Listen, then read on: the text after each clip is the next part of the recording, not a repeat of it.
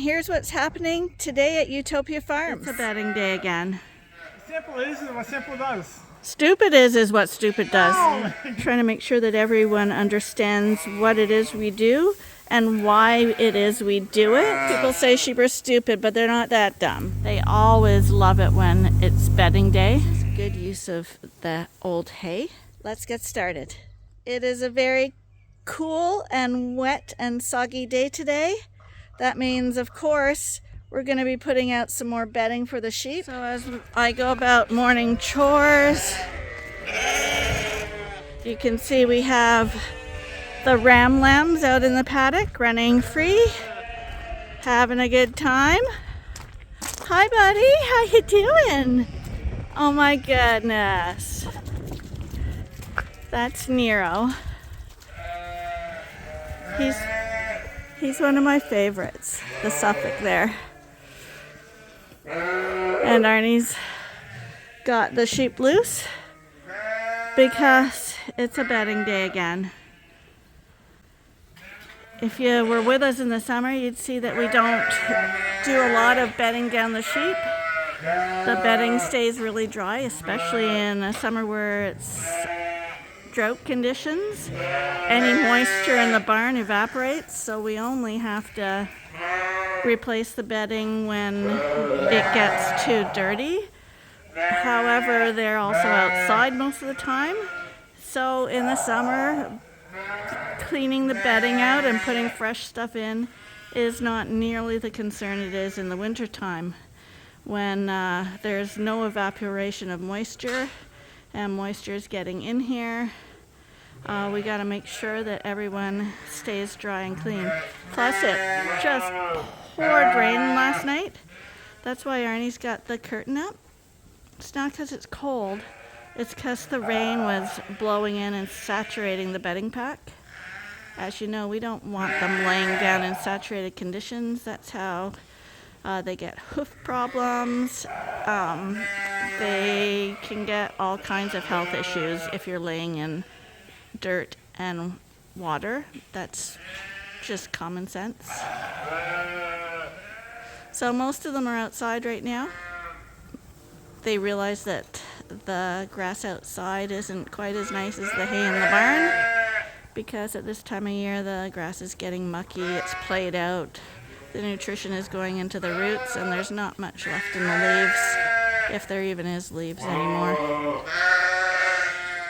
So right now, because the rain is basically stopped, we just got a little mist coming down. Arnie's going to open those curtains back down a bit. Oh, that was tough. Okay, when we say we're putting straw down, a lot of the times it means we're putting old hay down, and that is what we're putting down today. We gotta make sure Gimpy gets out of the way. Gimpy, what are you doing? You're a little in the way.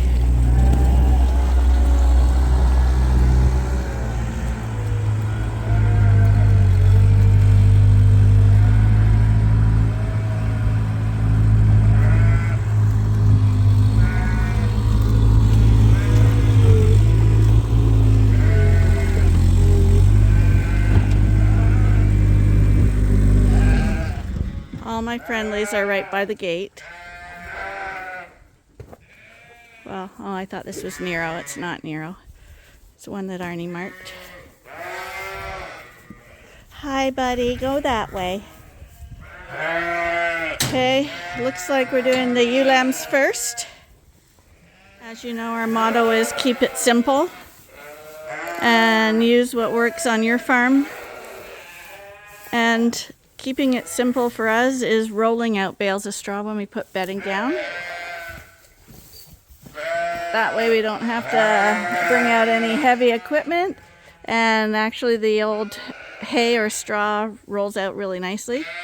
Actually the hay works better than the straw because the straw tends to come out in a clump and we have to spread it and it's really dusty. The old hay, because it's dry hay, it rolls really nicely. And it gives a use to old hay, which some people might feed it, but we really don't want to feed old hay if we don't have to. That would be like emergency conditions. So we use it as bedding. Works really well, keeps them dry. You know what Forrest Gump says? Simple is what simple does. Stupid is what stupid does. Oh, you're missing the point. But we're going to switch that for simple.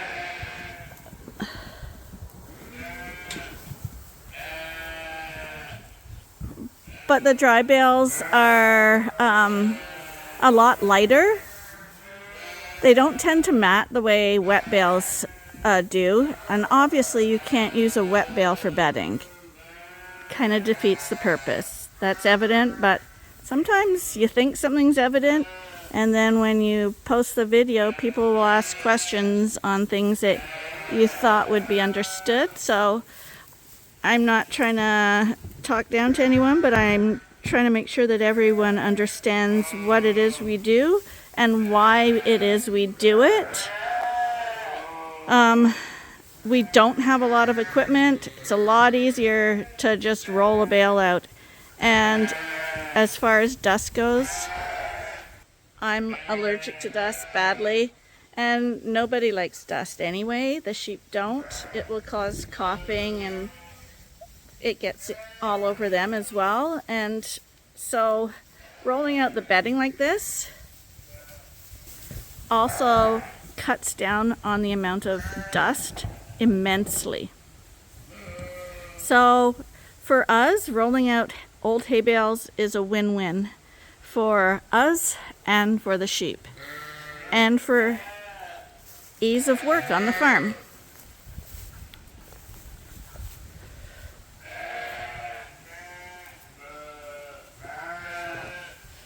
And sometimes when we first roll out a bale, the first thing you'll see sheep do is they'll go and they'll start eating on it.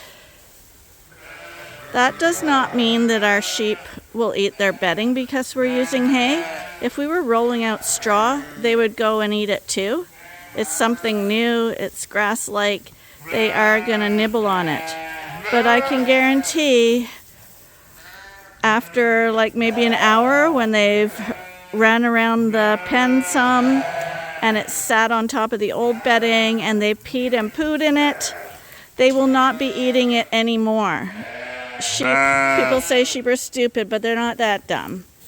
So if you are going to roll hay out in like a field or something to feed your sheep, you want to make sure that they eat it all within an hour, because otherwise they are going to be defecating in it and urinating in it, and it will be sitting in moisture and they'll be walking in it. It is not something you want to be feeding your sheep unless, again, you're in dire straits and you really have no other option. But it's not something that we would recommend doing, and nor would we ever do it. So this is down in a little row. They didn't eat a lot of bedding in here, but now as they walk and play in it throughout the day, them doing that will spread it out more evenly on the rest of the pen, and that's good enough for today. Here come the boys now. It's mucky outside, so as much as they thought they wanted to go out and have a rip, they went out and quickly they discover that the muck is going between their toes. It's not quite so comfortable as it is in here. And not only that, something new is happening in here.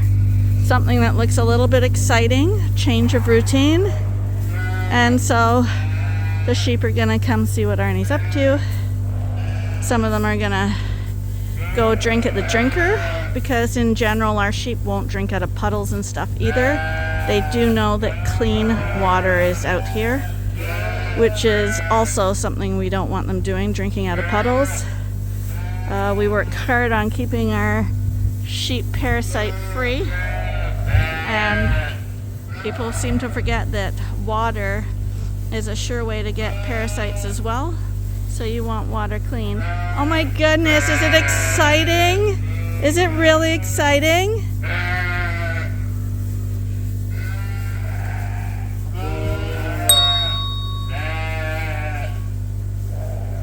Hi, what's happening? So the bedding's down here, but no more sheep. The rain has stopped basically. Yesterday was a downpour for the whole day, so the sheep were inside. So we opened the gate so that they could go have a romp in the back pasture.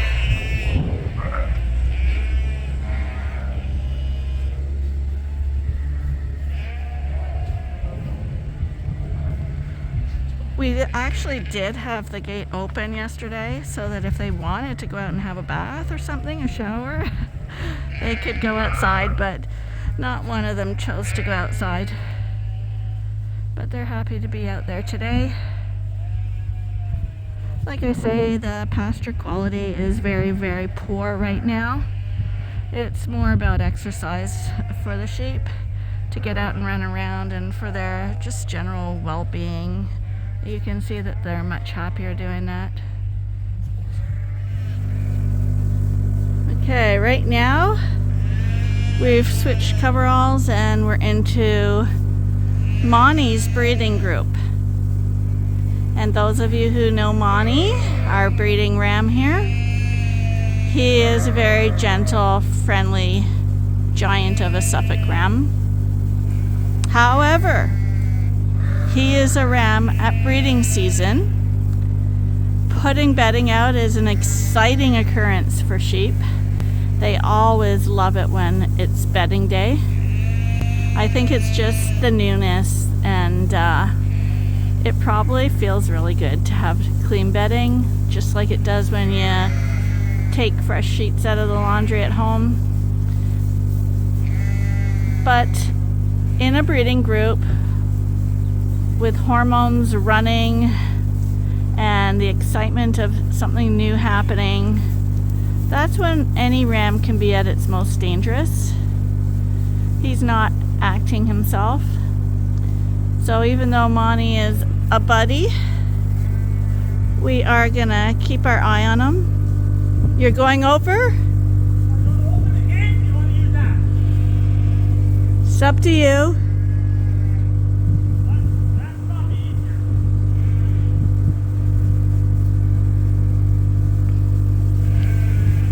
So the problem with breeding groups is we have to get the just close the outside gate. yeah It's gonna go anywhere. yeah because the rams are out there still.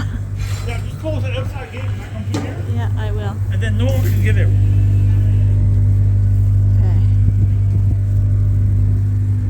Okay. So to do this, Arnie decided to use the skid steer to just plop the bale over onto the other side. I'm just blocking the gate so that Monty and the girls don't come to the front of the barn. That's Monty there right in the middle.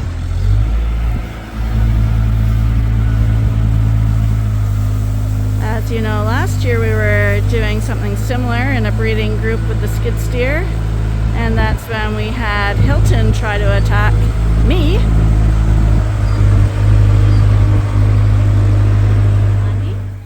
Do you like the fresh bedding? Hi. You have a beautiful group of ewes. The only thing you gotta worry about is the rams are working, eh? You're working. You're beautiful. Isn't Monty a nice ram? Okay, now we're in the Dorset pen. Same thing. Because we knew it was going to rain, but we didn't anticipate all the wind that was associated with it and it blowing in the barn. So all the barns got pretty damp last night because basically these coveralls are like an umbrella. So if the wind's blowing a bit sideways, it all comes in and our curtains are fully down. So we just want to make sure everyone's good. And breeding groups are important to keep dry as well, because Even though the ewes don't have udders yet, if they're sitting in dirty conditions, things can still crawl up their udders and give them infections. And we don't like any issues when it's lambing time. So you're going to see a lot of us rolling bedding out and doing sheep care that way. Hoping that when lambing comes, it will be smooth sailing. So some people will say this is a waste of hay. But like I mentioned earlier, it's not a waste of hay because the nutritional value in this hay is extremely low right now. You would have to feed an awful lot of supplemental feed to them in order to get this hay to score anywhere close to the levels it should be, especially for growing lambs and for breeding ewes. So this is good use of the old hay. If you have leftover hay, yes, it's not quite as absorbent as straw is, but if you have it, the price of straw is the same price as the price of hay. And in fact, the price of straw is oftentimes, in our area anyway, even more than hay. And we're talking, I'd say a round bale like that averages $60 a bale in our area. $60 times all these barns is an awful lot of money for someone to lay down in and use as a bathroom. So it's very cost effective and very efficient use of old hay. These are the ewes that went in pretty late. They're the second group of Dorset ewes that were they were in pretty poor shape when they came in here. And that was, about a month and a half ago maybe. And if you look at them now, they're all in pretty good shape. And when I'm talking pretty good shape, we're talking that scientific curve where the norms are at the top and you have outliers on either end. But in general, they've all come back to their conditioning without overfeeding them, but just gradually increasing their nutritional uptake. And they all look good, they're all eating, and they're still in here for a few more months. So with Dorsets, they get fat very easily. So we're always watching for them getting fat. Being thin is not an issue because over the next few months, as they're eating this higher quality feed, I will expect them all to be in prime condition by the time lambing comes around. And to be honest, most of them are in prime condition now anyway. But never in a flock of hundreds. You realize we have about 400 ewes here. Everybody is not going to be identical and the exact same weight and the exact same condition, despite being fed the same. Everyone is an individual. But as I've said many times, you have to feed for the norm. You can't feed them individually when you have this many sheep. So we will base our how we're feeding on how the norm in each group is doing. So if the norm is below condition, we will increase the feed a little. If they're all where we want them, we'll just maintain it. And if they're getting fat, we're going to cut them back. And we are more likely to start cutting Dorsets back because, like I say, they will get fat. And if they get fat, they tend to prolapse. We do not want sheep prolapsing. It's bad for everyone. Rare that Suffolks prolapse. So with Suffolks, they eat well, usually can maintain their body score if they're fed well, and we don't have to be constantly adjusting their feed quite so much. This is the Cull group in here, the ones we call the skinnies. They're actually pretty well all in great shape now too. But in this group, we have 3 prolapsers, and they were all Dorsets. So that's what I would say. Dorsets are more prone to fat, which makes birthing more difficult, which can lead to a prolapse. Just because they're having a harder time pushing, right?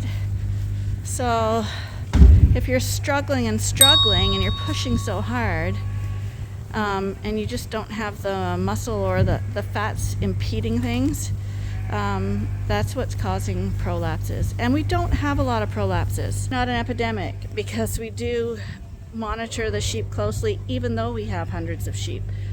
But someone commented the other day that we were talking about sheep being in good condition and there was a poor one in front of them, but she was the one in the group. She was not the norm. So that's what I'm trying to explain and get across. If you have a small flock, you can hand feed them. But in our flock, we have to try do what's best for the majority. Another thing is that because our sheep are in good condition, one that's in poorer condition stands out like a sore thumb. And I'm guessing that those ones that are a little bonier in many other flocks would not be even noticed at all, because they were still scoring really good. It's not that they were boners, it's that they were thinner than our sheep in general. I'm having to watch my back because the ram lambs are still all running loose, and we don't want them deking into these barns when Arnie's putting bedding down. And right now we've just put Leroy's bedding down.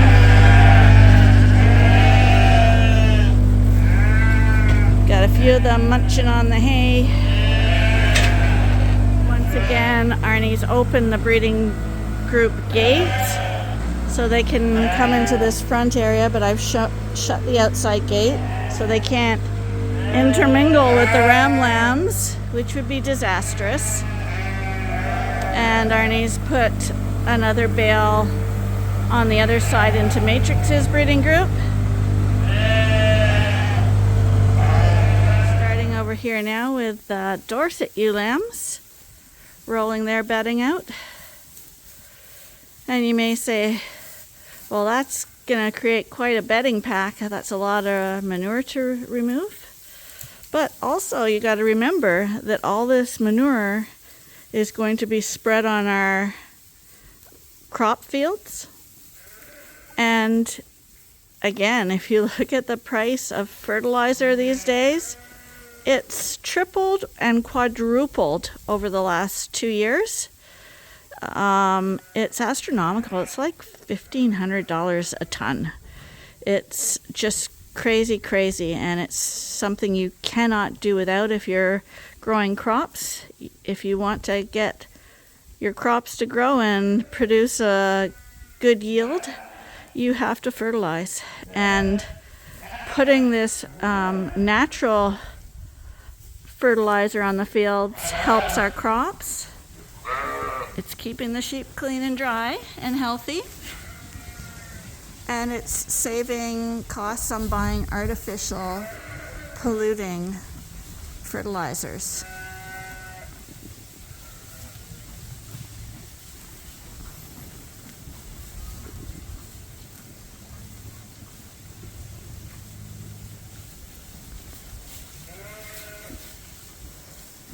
And see how easy it rolls out? And just see how there's practically no dust.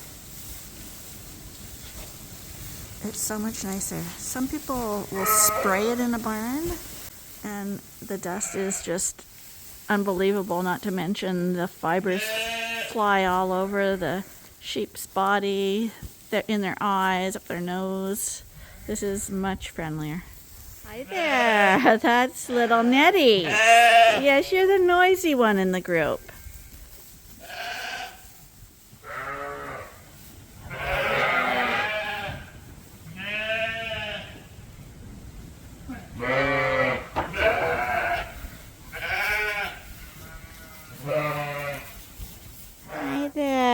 do you think? Is it much cleaner in here now? Hi. Would you like to go outside and play? Would you? Yeah, you look like you would. Let's have a try.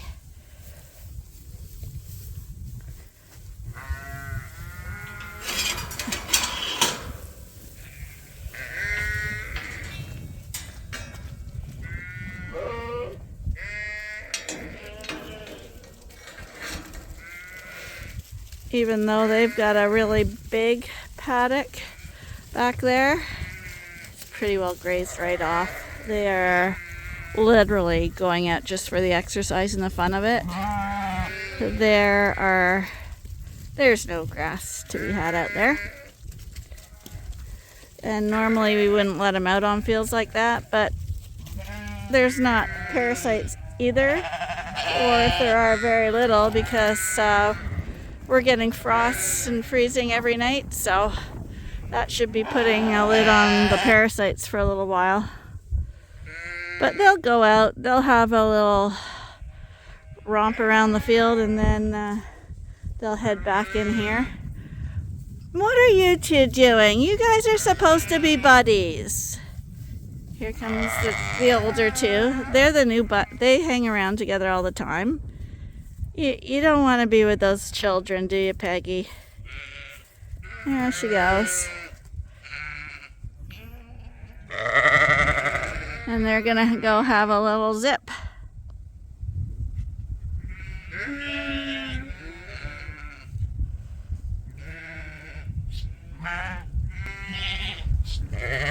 They'll go have a peek at what the Suffolks are doing on their side of the fence, because you know it's always better on the other side.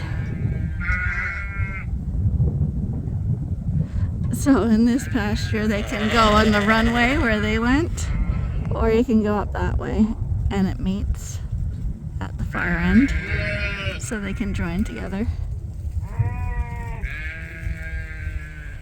But they just want to go for a rip like that.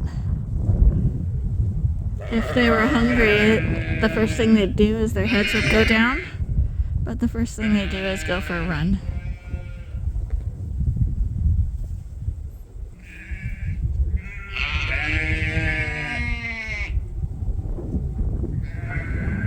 And the older girls, they don't see the point in the run. Food's right in here, and so is clean bedding. Why would anyone want to run in the muck? Right, sweetheart? Oh, Mabel, you're a funny girl. Hi. Hi there. Oh my goodness. Why are they being so silly? This is Thelma and Louise's mom.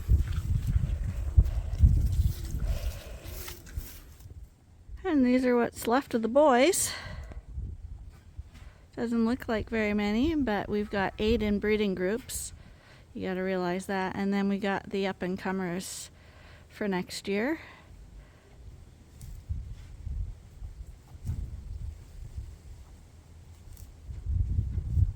But it makes feeding them a lot easier when there's only this many. And one of these rams is sold too.